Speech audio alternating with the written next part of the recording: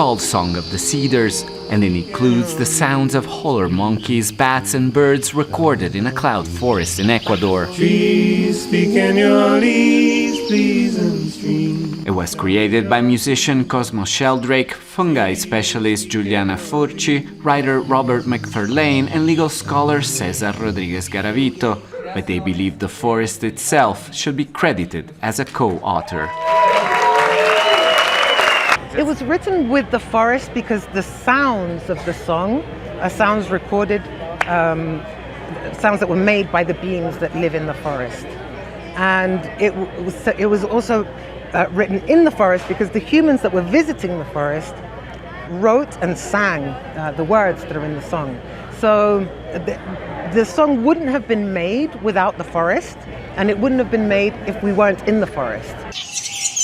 The forest in question, called Los Cedros, was given legal personhood in 2021 by Ecuador's Constitutional Court when it ended mining permits in the reserve.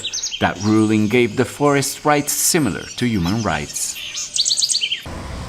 Now, the More Than Human Life Project, or MOTH, is hoping that for the first time ever, an ecosystem will be legally recognized with moral authorship of a work of art. On Tuesday, the group petitioned Ecuador's Copyright Authority to do so.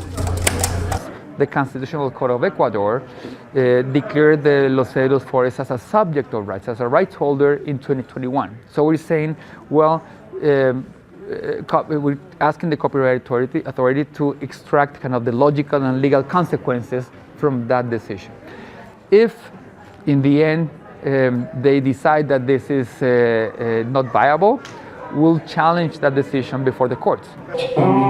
The activists say the forest will not actually receive royalty payments itself, but that they plan to use all the income from streaming platforms for its protection. Field recordings of the natural world have long been used in pop and rock records by artists as famous as the Beach Boys and the Beatles, but the activists behind this initiative hope this will be seen as both an interesting experiment and a provocation. The goal is twofold. One is to concretize the declaration of a forest or an ecosystem as a subject of right. And then secondly, we're trying to send a message about how creation happens. And we all know that we create with non-humans, with the forest, with the ocean in different situations, and we're trying to turn that and translate that into law.